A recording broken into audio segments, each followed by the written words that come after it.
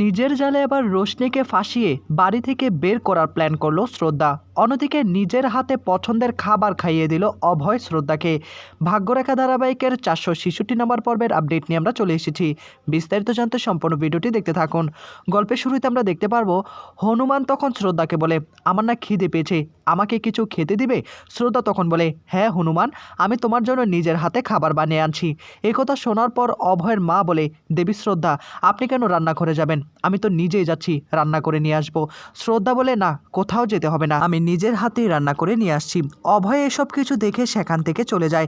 এদিকে কীর্তি এবং রোশনি দুজনে কথা বলতে থাকে। কীর্তি রোশনিকে বলে, রোশনি দিদি আর অভয়কে তো আলাদা করা গেল না, এই বাচ্চাটি এসে তাদেরকে আবার এক করে দিল। আমার কেন জানি মনে হচ্ছে এই বাচ্চা এই বাড়িতে থাকলে আমাদের আরও বিপদ বাড়তে পারে। আমাদেরকে প্ল্যান করে এই বাচ্চাটিকে এখান থেকে বের করতে হবে। রোশনি তখন বলে, আমি দেখছি কি করা যায়। এই বাচ্চাটি আসার পর থেকে আমাকে নানাভাবে হেনস্থা করার চেষ্টা করছে। শ্রদ্ধা এবং অভয় যতই তারা কাছাকাছি আসার চেষ্টা করুক না কেন, আমি নতুন নতুন প্ল্যান করে তাদেরকে আমি দূরত্ব সৃষ্টি করে দেব। এদিকে কীর্তি এবং রোশনি যখন আলাদা করে কথা বলছিল, তখনই অভয়ের মা ঋতু পিসিকে বলে, তারা দুজন লুকিয়ে লুকিয়ে চুপি চুপি কি কথা বলছে, নতুন কোনো প্ল্যান সাজাচ্ছে না তো? ঋতু পিসি তখন বলে, এখান থেকে তো কোনো কিছুই শোনা যাচ্ছে না, জানি না তারা কি প্ল্যান করছে। এই বলেই তখন দুজনে হাসাহাসি করতে থাকে। কিছুক্ষণ পরে রোশনি অভয়ের মায়ের কাছে আসে। অভয়ের মাকে বোঝানোর চেষ্টা করে, এই বাচ্চাটিকে এখানে রাখার কি দরকার? আমাদের দেবী শ্রদ্ধার আরও অবনতি হতে পারে, তার খারাপ লাগতে পারে। এই বাচ্চাটি যদি বাড়িতে থাকে, বাড়িতে অনেক জিনিসপত্র নাড়াচাড়া করবে। আমার মনে হচ্ছে এই বাচ্চাটিকে এখান থেকে বের করে দেওয়া উচিত। আর বাচ্চাটি আসলে পণ্ডিতজির ছেলে কিনা সেটা তো আমরা জানি না। বাচ্চাটির জন্য যদি দেবী শ্রদ্ধার কোনো অসুবিধা হয়, তাহলে কিন্তু আমাদের অমঙ্গল হবে। এদিকে এই কথা শোনার পর কীর্তি ও রোশনির সঙ্গে তাল মিলিয়ে কথা বলতে শুরু করে। রোশনি যে কথাটা বলেছে একদম ঠিক কথাই বলেছে। আসার পর থেকেই তো দেখতে পাচ্ছি বাচ্চাটি আসার পর কত দুষ্টুমি শুরু করে দিয়েছে। এদিকে সে হনুমান নামে সে বাচ্চাটি সেখানে থাকা সমস্ত লাড্ডু খেয়ে ফেলে।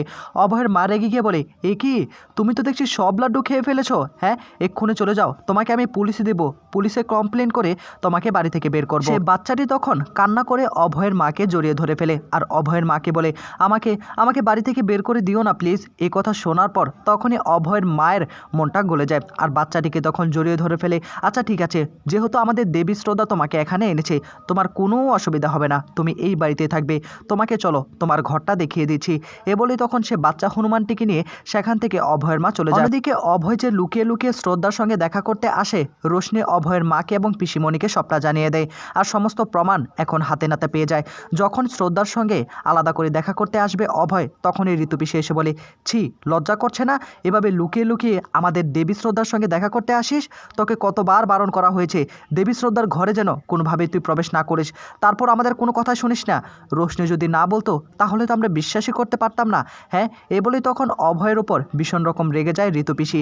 আর এদিকে রোশনি মনে মনে বলে, যতই তোমরা আমার ওপর রেগে থাকো না কেন, আমি চাই সবসময় তোমরা আলাদা থাকো, তোমাদেরকে আমি কোনোভাবে এক হতে দিব না। দেবী শ্রদ্ধা, আমি আসছি, আপনি বরং একটু বিশ্রাম নিন। এ বলেই তখন রোশনি সেখান থেকে চলে যায়। আর এই সব কিছু দেখে কান্নায় ভেঙে পড়ে শ্রদ্ধা। কোনোভাবেই এক হতে পারছে না অভয় আর শ্রদ্ধা। অভয়ের হাত ধরে টানতে টানতে তাকে বাইরে বেরিয়ে আনে। আর তখনই অভয় চিৎকার করতে থাকে, আমি তোমাদের এই সব নিয়ম কানুন কোনোভাবেই মানতে পারবো না, আমি শ্রদ্ধার কাছেই যাব, শ্রদ্ধা এবং আমি একসঙ্গে থাকবো। অভয়ের মা বলে, তুই চাচ্ছিসটা কি, আমাদের পরিবারের উপর অমঙ্গল নেমে আসুক নাকি? হ্যাঁ, তোকে কতবার বারণ করা হয়েছে, এখন সব কিছু ভুলে যা, এখন থেকে শ্রদ্ধা হলো দেবী, দেবী মানতে শুরু কর। কিছুক্ষণ পর রোশনি সেখানে চলে আসে আর তখনই হনুমান অনেকগুলো মার্বেল সেখানে ছুড়ে দেয় আর তখনই সে মার্বেলের উপর পা দিয়ে পিছলে মেঝেতে পড়ে যায় রোশনি। আর এসব কিছু দেখে ভীষণ রকম হাসাহাসি করতে থাকে সকলে। এইসব কিছু দেখার পর বাচ্চাটি আরও নানাভাবে দুষ্টুমি করতে শুরু করে। রোশনি তখন সে বাচ্চাটিকে ধরার চেষ্টা করে, কোনোভাবে আজকে বাচ্চাটিকে ছাড়বে না।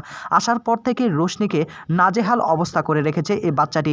এই সুযোগকে কাজে লাগিয়ে অভয় লুকিয়ে লুকিয়ে দরজা বন্ধ করে আবারও শ্রদ্ধার সঙ্গে দেখা করতে আসে। শ্রদ্ধাকে কাছে টেনে তাকে জড়িয়ে ধরে ফেলে আর তখনই শ্রদ্ধাকে বলে, শ্রদ্ধা, তোমার জন্য আমি একটা জিনিস নিয়ে এসেছি। শ্রদ্ধা তখন বলে, কী জিনিস? অভয় তখন বলে, আমি আসছি এক্ষুনি। অভয় তখন জানালার পাশ থেকে অভয় শ্রদ্ধার পছন্দের খাবার নিয়ে আসে আর তখনই সে সে খাবার দেখে ভীষণ রকম খুশি হয়ে যায় শ্রদ্ধাকে তখন নিজের হাতে খাইয়ে দিতে শুরু করে অভয়ের এসব পাগলামি দেখে চোখের জলগুলো ফেলতে শুরু করে শ্রদ্ধা। চোখের জলগুলো মুছে দেয় অভয় তখন বলে, কিচ্ছু হবে না, আরেকটু ধৈর্য, আমাদেরকে যে করে হোক ওই রোশনিকে এই বাড়ি থেকে বের করতে হবে। শ্রদ্ধা তখন বলে, তুমি চিন্তা করো না অভয়, আমাকে দেবী বানিয়েছে, এই দেবীর ছদ্মবেশ নিয়েই আমি রোশনিকে এই বাড়ি থেকে বের করার প্ল্যান করছি, তুমি চিন্তা করো না। পরের দিন দেখা যাবে আবারও শ্রদ্ধাকে দেবী রূপে সকলে প্রণাম করতে শুরু করে।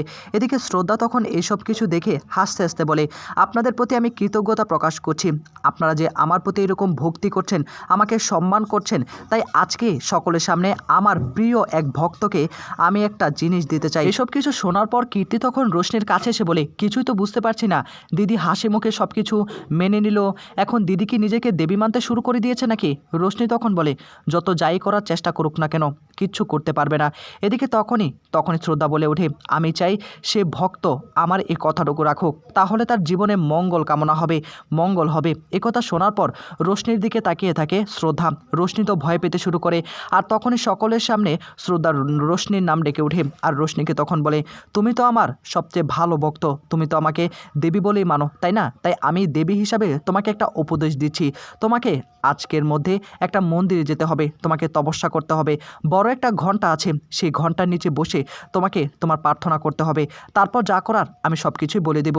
কি দেবীর কথা রাখবে তো? এই কথা শোনার পর রোশনি তখন বলে, হ্যাঁ শ্রদ্ধা দেবী, রাখবো। রোশনি তখন মনে মনে বলে, আমাকে যতই তুমি এই বাড়ি থেকে বের করে দেওয়ার চেষ্টা করো না কেন শ্রদ্ধা, কিছু করতে পারবে না। কিছুক্ষণ পরই শ্রদ্ধার ঘরে আরতি চলে আসে। আরতি তখন শ্রদ্ধাকে প্রণাম করে তার থেকে আশীর্বাদ নেওয়ার চেষ্টা করে। এর কিছুক্ষণ পরই আবার সেখানে চলে আসে রোশনিও আরতির মতো আবারও প্রণাম করতে শুরু করে শ্রদ্ধাকে। আর রোশনিকে দেখে মাথায় আকাশ ভেঙে পড়ে শ্রদ্ধা তখন রোশনিকে বলে, রোশনি তুমি এখানে দাঁড়িয়ে রয়েছো, কি ব্যাপার? রোশনি তখন আরতিকে বলে, যাও প্রসাদগুলো সকলকে দিয়ে আসো। আরতি সেখান থেকে চলে যায়। রোশনি তখন বলে, কেন আমাকে দেখে অবাক হয়ে যাচ্ছ? শ্রদ্ধা দেবী অনেক প্ল্যান করেছো আমাকে এই বাড়ি থেকে তাড়ানোর জন্য, কিছু করতে পারবে না। আর আমি যেমন তোমার ভক্ত, এই বাড়িতে আরও একজন ভক্ত রয়েছে, সেটা হলো তোমার শাশুড়ি মা। আমি তোমার শাশুড়ি মাকে সেই বড় ঘন্টার নিচে পাঠিয়ে দিয়েছি, এখন তুমি কি করে বাঁচাবে সেটা তুমিই সিদ্ধান্ত নাও। তুমি তো প্ল্যান করেছিলে, সমস্ত প্ল্যানে আমি একদম ঘেঁটে দিয়েছি। এদিকে রোশনি আগে থেকে একটা ভিডিও নিয়ে আসে, আর সেই ভিডিওটা দেখাতে শুরু করে শ্রদ্ধাকে। শ্রদ্ধা সেই ভিডিওটা দেখে তার মাথায় আকাশ ভেঙে পড়ে। শ্রদ্ধা তখন রোশনির দিকে আঙুল তুলে বলে, তুমি কাজটা একদম ঠিক করলে না, কোনোভাবে মায়ের কোনো ক্ষতি হয় না তাহলে আমি তোমাকে ছেড়ে কথা বলবো না। রোশনি তখন বলে, দেবী শ্রদ্ধা আমার উপর এভাবে কেন রেগে যাচ্ছেন? আপনি তো বলেছিলেন আপনার ভালো একজন ভক্ত, আর আপনার শাশুড়ি মা তো আপনার প্রিয় ভক্ত, আর আমি সেজন্য ওনাকে পাঠিয়ে দিয়েছি। এখন আপনি চিন্তা করুন কি করবেন তো? এই কথাগুলো শোনার পর তখনই শ্রদ্ধা সেখান থেকে দৌড়াতে মন্দিরের দিকে ছুটে চলতে শুরু করে, যাতে করে সে তার শাশুড়ি মাকে বাঁচাতে পারে।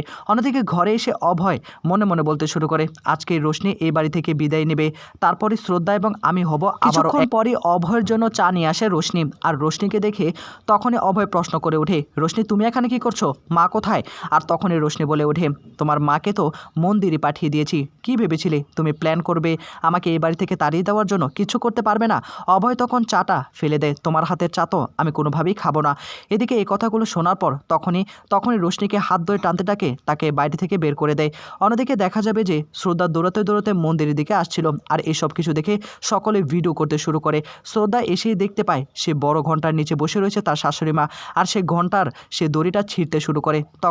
তখনই চিৎকার করে ওঠে শ্রদ্ধা নিজের জীবন বাজি রেখে তখনই অভয়ের মাকে বাঁচিয়ে নেয়। এই ছিল আপডেট।